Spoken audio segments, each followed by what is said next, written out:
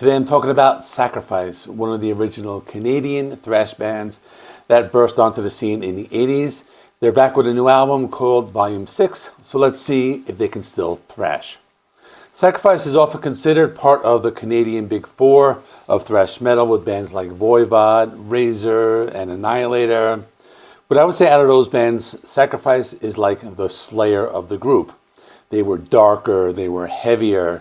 The songs had these occult lyrics, and this is also one of those bands that influenced other thrash and death metal bands in other countries, including Sepultura, Cannibal Corpse, and Carcass. The band released 4 albums in the late 80s and early 90s. The debut was called Torment and Fire from 1986. I recently did a video about the Canadian thrash metal scene in the 80s as part of my Discovering Bands from Other Countries series. That video will come out in a few days after this one. In that video, I speak briefly about Torment and Fire, so you can look out for that one. The band also released a comeback album in 2009 called The Ones That Condemn, and then it took another 16-year break, and that brings us to today with Volume 6, which is also their 6th album. The band features the same lineup as their early albums, with Rob Urbanati on vocals, Joe Rico on lead and rhythm guitars, Scott Watts on bass, and Gus Pinn on drums. You can also check out the Chill Dude on Couch Reviews channel. He interviewed Gus Pinn, and it's basically 4 guys who are old friends. They decide to get back together and record an album. I listened to it. It still sounds very good. So let's talk about the album. The album has 10 songs. It's 38 minutes long. Some of the songs are very short. Some are only like 2 minutes long. There's one song that's 6 minutes long, which is an instrumental. Everything else is something or somewhere in between. So it's pretty straightforward thrash metal. The opening track is Comatose. It kind of eases into the song with the first few seconds kind of being quiet, dark, and ominous, but then the song just takes off. It's fast-paced thrash metal. I would even say bordering on death metal with lots of fast rhythms. Song just maintains its level of speed throughout the entire 3-minute runtime. Just a good way to kick off the album. They start off very heavy. They're letting you know they're back, and they haven't slowed down. So it's not really much different than what I listened to with their debut album. Now, the second track is called Antidote or Poison. This was the single. They also have a lyric video on this, which I will show little clips of. This is a little slower, but it's fast-paced for a thrash metal song. I think on this one, they want to focus a little more on melody. There's more of a focus on the lead guitar work being a little slower. I think it's a good idea because it doesn't sound exactly like the same song you just heard. The song is a slow breakdown. It only lasts a few seconds. It's kind of like a transition where they slow down and it gets really fast again. So I thought that worked very well. Now we're on the third track. It's called Missile. And I think on this one, they start to go for that old school Bay Area thrash type of sound that has that gallop. The type of thing you would hear on older albums by Exodus or Testament or a band like that. Song has some pretty cool transitions where they allow the drummer to add in these different drum rolls, and they just go back with some of these cool old school guitar riffs. So now it's track number 4. This is called Underneath Millennia. I think this was the most different sounding songs out of the first 4 I heard because they're trying some different things. There are different types of drum beats. There's almost like a tribal drum rhythm.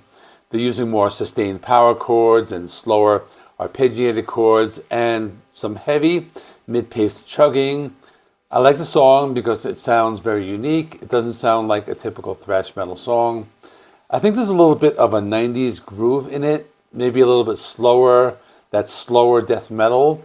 But what's good about this album is so far every song has its own personality. So it doesn't sound like they're playing the same song over and over again. There are also some pretty cool parts in the second half where they do these demonic voices, so that's pretty cool. Now, I'm in the middle of the album, and it's track number 5, Your Hunger for War.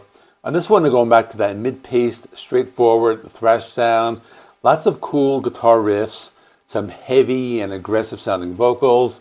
Song also has a few guitar riffs that are bordering on death metal, so that's pretty cool. I think out of all the songs, this one has the best outro because the last 30 seconds is basically just drums, a slow bass guitar solo, and it sounds like this demonic creature in the background. So that was pretty cool. So far, the first side of the album, And I know these days people don't pay much attention to side A and side B unless you're someone who buys a lot of vinyl. There's even actually a cassette version you can buy. I saw that you can order it online. But this is an old school band, and they did it this way, and I think it's important because they're taking this particular approach with this song placement, where they have 5 songs on the first side, and then the second side they have either 5 or 6 songs, and then there's a bonus track on different versions, which is a cover of something. But the second side has 2 instrumentals, so let's talk about that now. They kick off the second side with Incoming Mass Extinction. It's just straightforward, right out the gate, the fast-paced, head-banging thrash metal. It's only a 2-minute song, so they don't waste any time. They come at you with speed and aggression. I like the song a lot. It has an old school sound, lots of chugging. It's a pretty cool song. Next is Lunar Eclipse, the first of the 2 instrumentals. It's another song, only 2 minutes long. The song is characterized by different tempo changes. The first part is fairly slow, second part is faster, and the song is filled with lots of melodic lead guitar playing, so it gives you everything you need for a thrash instrumental. Next song is Explode. It's just some straightforward old school thrash metal. It has speed, aggression, fast drum beats, and guitar riffs.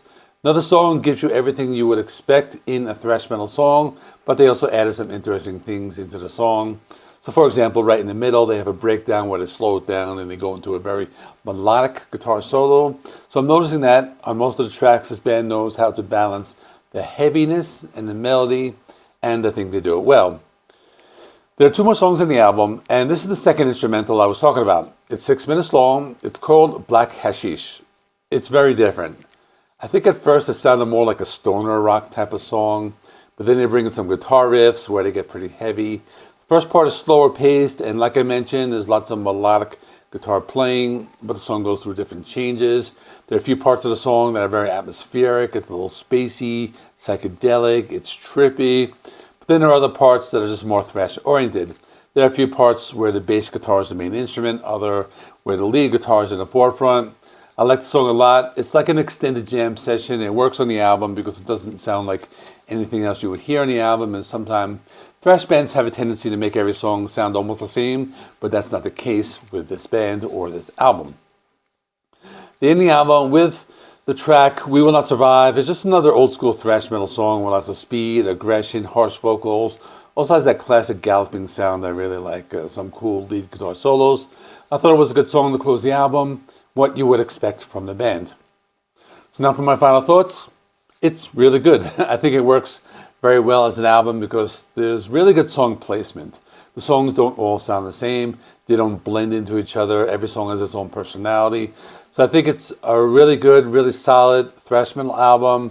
I'm glad they're back and they're releasing an album because we live in a time when there are a lot of old school bands that are releasing a lot of the albums, and these are the old school bands from the 80s. There are a lot of American bands that released albums last year. I've talked about that on my channel. I was never familiar with the Canadian scene that much until recently, but it's good to see this band is releasing an album. And there's also the new wave of thrash metal with bands like Warbringer, who have another album coming out. So there's a lot of thrash coming out. They're replacing a lot of bands who either aren't playing thrash anymore. I'm talking about Metallica, or other bands like Testament, Exodus, and Anthrax, who seem to be taking a very long time in releasing an album. So, by the way, I also heard Megadeth will have something this year. So they may be the exception. But anyway, it's an awesome album. My score, 8.5 out of 10. It's solid thrash metal, so check it out. That is all. Check out this video right here. I'm not sure what I'm going to put right now, but I'll put something related. Give this video a like. It helps me with the YouTube algorithm. Please subscribe if you're not already. I do rock and metal reviews, rankings, and more. Thanks for watching. I'll see you in the next one.